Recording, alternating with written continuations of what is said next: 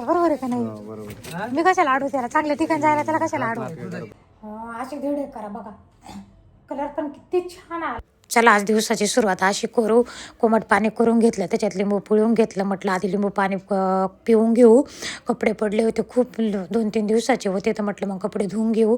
हे दीपकचे बुटं जिमला जाते ना, तर जिमला बंद आहे त्याची जाणं सध्या, तर मला म्हणे बुटं धुवून टाकू. आता चला बाथरूम धुवून घेऊन आदर कसा.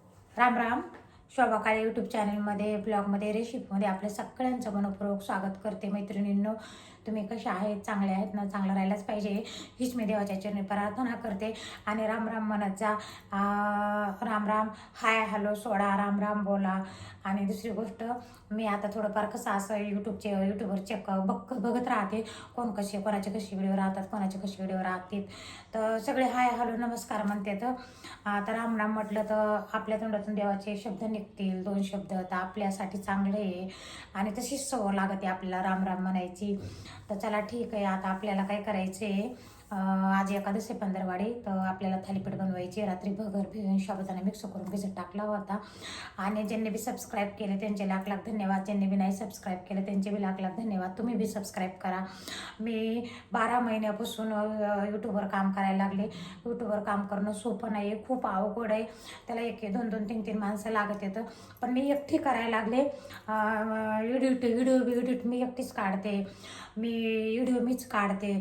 फक्त दीपकला सांगावं लागतं कॅप्शन टाकून तेवढं टाकून दे, मला कॅप्शन टाकायला जमत नाही आहे, ते शिकल मी. पण मग काय शिकू सांगा, दुकानाकडे पण लक्ष द्यावं लागतं. आता मला एकच सांगायचं आहे, ज्याला यूट्यूबवर काम करायचं आहे तर विचार करून काम करा.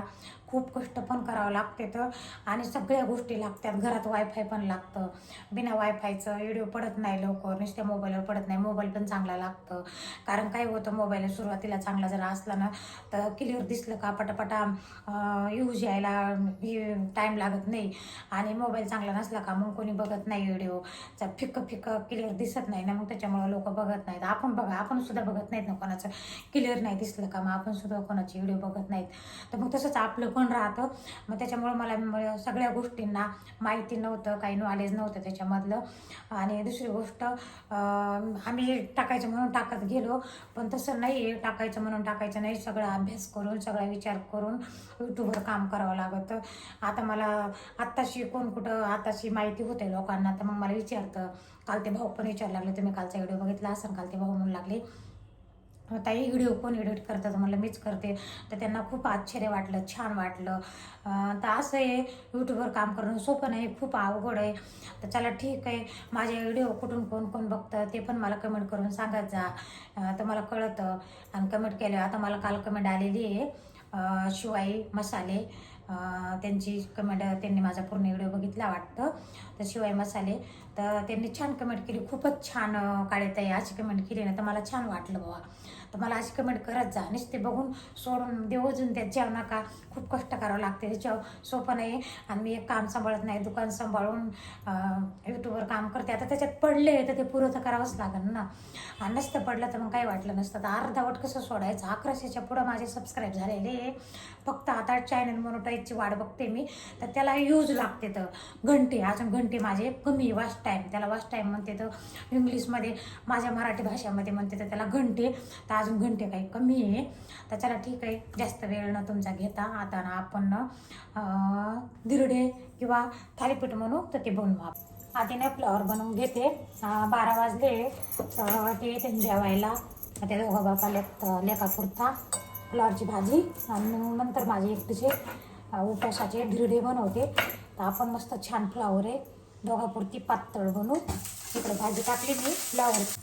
हे बघा, आपण ते दिवशी लोणचं घातलेलं बघा, असं झालं. बिना पाण्याचं, पाणी नव्हतं टाकलं, तेल नव्हतं टाकलं, काही नव्हतं. तर असं लोणचं आता मुरत आहे चांगलं. आणि नंतर मग काय करायचं, आपल्याला जेव्हा खायचं असेल ना तर तेल टाकायचं, आणि त्याला जेवढ्या लागतील तेवढ्या मिरच्या छान अशा फ्राय करून घ्यायच्या.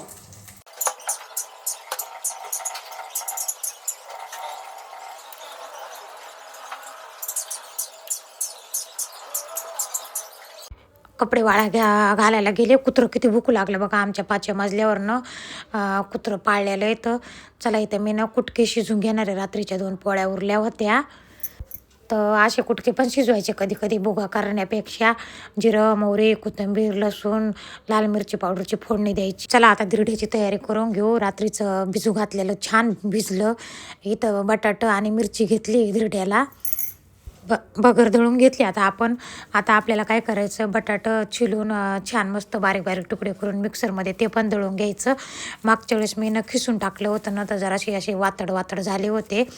तर असं दळून घेतलं. म्हटलं आता ना असं करू. तर मग असं केल्यामुळं खूप छान धिरडे झाले माझे.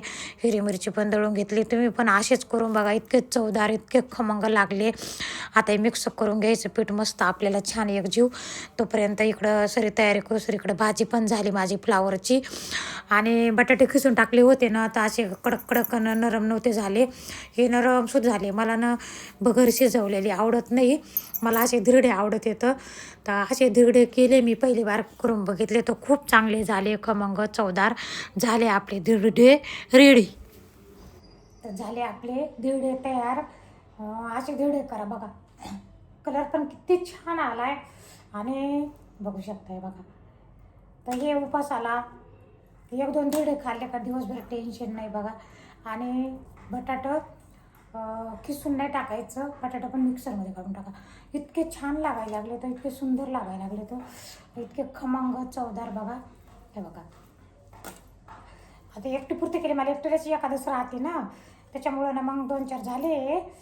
तर असे करून तुम्ही धिरडे नक्की खा, खूप मस्त. हे बघा कलर किती भारी आला ह्याला पण. ठीक आहे, आता आपण जाऊ दुकानाकडं. आता 2-3 पोळ्या तिथून आल्यावर करते. भाजी बिजी झालेली आहे, कारण त्यांना अजून बरं नाही वाटत. ते म्हणे मला घरी यायचं आहे आराम करायला. त्यांना पाठवून देऊ, दीपकला गावात पाठवून देऊ. गावात 2-3 कामं आहे आणि मी दुकानात थांबते. तर चला आता आपण आता दुकानात आले होते, पण मग आता जायचं आपल्याला गावात. आता मी जाणार आहे बँकेमध्ये. जाऊ बँकेमध्ये. इथं आहे हे मॅनेजर आहेत बँकेत. व्हिडिओ कॉल झाला तुम्ही? हे आपले LIC वाले. तुम्हाला जर कोणाला LIC जर काढायचे असेल तर माझ्यासंग कॉन्टॅक्ट करा. छान छान LIC काढतात हे. आणि हे मॅनेजर पण खूप छान छान मेडिक्लेम वगैरे काढतात. यांचा पण कॉन्टॅक्ट नंबर आहे आपल्याकडं. हे आपले घरचेच माणसं आहे का नाही मॅनेजर? बरोबर आहे का नाही? बरोबर. हां, महत्वाची गोष्ट आहे. हां. केलं पाहिजे. आपल्या दुकानात आले महाराज, सुखदेव महाराज म्हणून आहेत. तर बघू आता. या हॅलो. हा पाठवले बरं का, तेव्हाच तुमचा फोन आला. तेव्हा जायचं ते जातं, बरोबर आहे का नाही? बरोबर. मी कशाला आडू त्याला? चांगल्या ठिकाणी जायला त्याला कशाला आडू? हा आज नाटके करतो. मग तुम्ही सांगा बरं.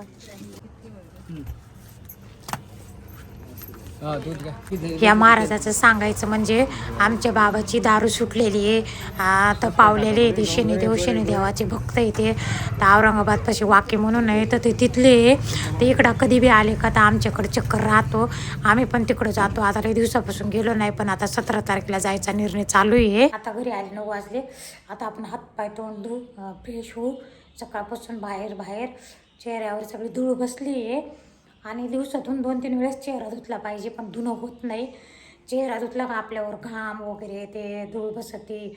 आणि नाही धुतला का खूप चेहऱ्यावर अशा पुळ्या वगैरे सगळं येतं. दिवसातून 2-4 वेळा जरी चेहरा आपण धुतला ना, तर आपला चेहरा क्लीन होतो. पण मग मला आता एवढं टाईमच भेटत नाही. आणि पहिले मी धुवायची, दिवसातून 2-3 वेळेस धुवायची. आता थंडी लागलं तसं तर धुतच नाही. तर चला ठीक आहे, बघू. त्यांना पिठलं करू. मला तर उपवासच आहे एकादस. आणि 1-2 पोळ्याचं दुपारचं पिठं तसंच मळलेलं मी बँकेतून आल्यावर. पोळ्या केल्या होत्या, चपात्या. ते पीठ आहे, आता तेवढ्याच्या चपात्या टाकते त्यांच्यासाठी पिठलं कर. त्यावर पिठलं केलं. आणि महाराज म्हणे आता एवढ्यात तुम्ही येतेच नाही, 17 तारखेला मोठा भंडाऱ्याचा कार्यक्रम आहे, या. तर बघू मग आता जमलं तर जाऊ मैत्रिणींनो. आणि चला ठीक आहे, आता आपण ब्रश करू.